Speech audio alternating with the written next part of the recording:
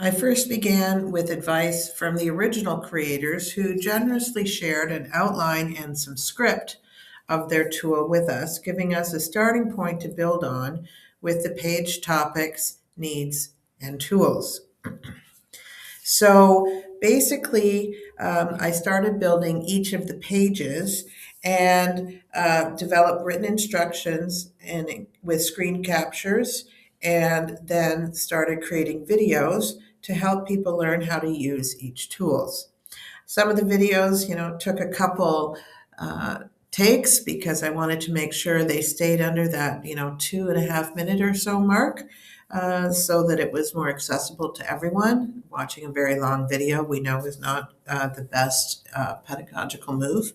So after I did that, I started creating my pages. Now, I will say I started creating my pages right in org files, which you can find here under the cog, if you're in your administrator account, and then into organizational files. So here is where I started creating a new file. You can see here I created a folder first, so that I could put everything in the folder, and then I started creating new files to put in there. But I soon discovered that when you create something as a file in org files, you can't use any of the Creator Plus tools. So basically, that meant that I then went and had a sandbox shell right here that I used. And within the sandbox shell, I created each of the pages that I was going to make. So here's my originals where I started creating. So here's the first page, for example. So I started creating right in a course file so that I could then use the Creator Plus elements like tabs and accordions, because in some cases there is quite a lot of information to share. So it would become pretty overwhelming if I couldn't use things like accordions and the like. So you'll notice, for example, here I've used tabs to have the videos separated so that it's not taking up as much space and it's a little less overwhelming for people to use. Similarly, some tabs used here to then show the text and clip instructions for students. So I then from there I basically copied the code from this page in the sandbox, and then pasted that into an org file within that folder that I showed you originally. So basically, with UDL in mind, I had, again, each page use video instructions alongside with written instructions and screen captures. And so once each page was complete, I, as I said, copied and transferred it to an org file. So we created that specific folder for the preferences tool and ensured that all the videos and pictures were loaded into the file as well. So we didn't run into any errors when trying to retrieve the assets. So I'll show you here. If we go into org files, you'll notice that not only do I have the pages loaded here. So they are down here a little bit. Here are all the pages that I created. But you'll also notice that all the images that I used within those pages, the videos I used, I also uploaded them separately into the same folder so that it didn't cause an error. So the last thing to do was to create the jump bar that I wanted, and that was a bit challenging because I am not a coder. So if I show you here the jump bar, so I'm talking about this at the bottom, the jump bar, so you could move to each page easily without having to go right back out to the beginning.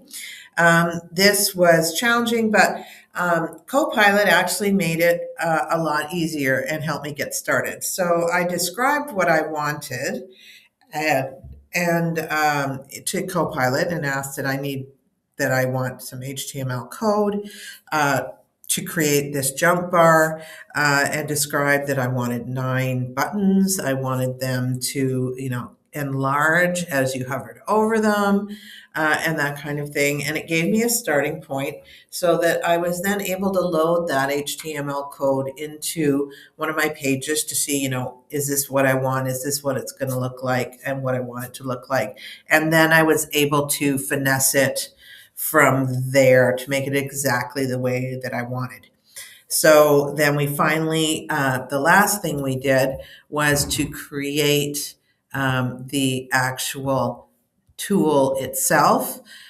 So with that, we basically then created this learning preferences tool in navigation and themes, and created custom links for each of the 9 pages.